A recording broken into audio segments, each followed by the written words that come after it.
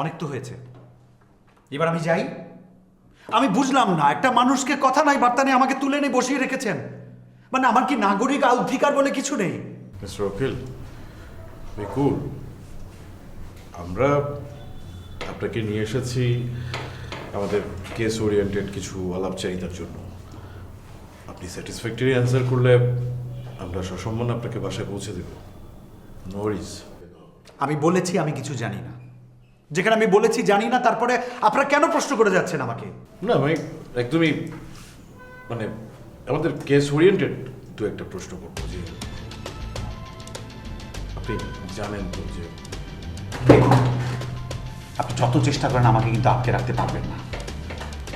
আচ্ছা আপনি বাদ দেন, আমি আপনাকে এই কেস না অন্য একটা প্রসঙ্গে জিজ্ঞেস করি, জানতে চাই আপনার কাছে আপনারা কয় ভাই? আছি বেশ কয়েকজন, সেটা দিয়ে আপনার কি কাজ?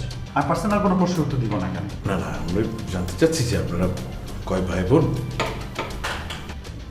2 ভাই 1 বোন। বাহ, ভেরি গুড। আপনারা 2 ভাই 1 বোন। আপনাদের মানে আপনি ভাই বোনদের মধ্যে কত নম্বর? মেজর।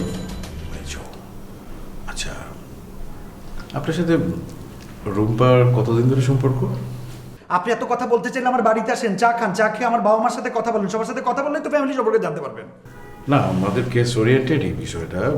আমাদের সিরাজ স্যার, ওনার মেয়ে তো রুম্পা, যেহেতু আপনি তো জানেনই যে ইউনো সিরাজ স্যারের সাথে কি ঘটেছে, মানে সিরাজ স্যারকে কি করা হয়েছে এই বিষয়টা তো আপনি ওয়াকেবল। সো আমাদের রুটিন কোয়ারিজ, নাথিং এলস। ইয়ে দেখেন, আমি এখানে ব্যক্তিগত কোনো ইনফরমেশন নিয়ে কথা বলতে আসিনি। আমি ব্যক্তিগত কোনো ইনফরমেশন দিব না। আপনি যত চেষ্টা করেন আমাকে। আপনি উত্তেজিত হচ্ছেন, শুধু শুধু উত্তেজিত হচ্ছেন। আমরা রূপার বাবার মানে সিরাজ স্যারের বিষয়টা তো আপনি ওয়াকেবল একটু তো জানেনই।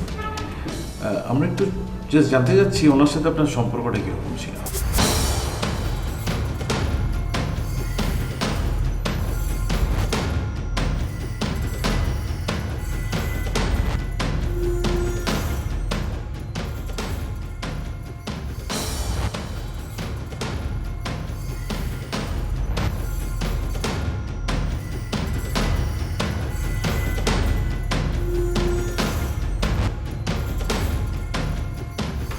আপনাদের পরিচয় ছিল তো?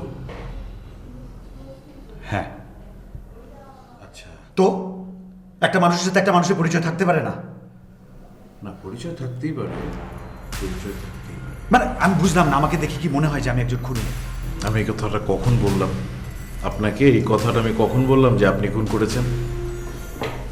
আমি জাস্ট জানতে চাচ্ছি আপনার কাছে যে সিরাজ স্যারকে কে খুন করেছে।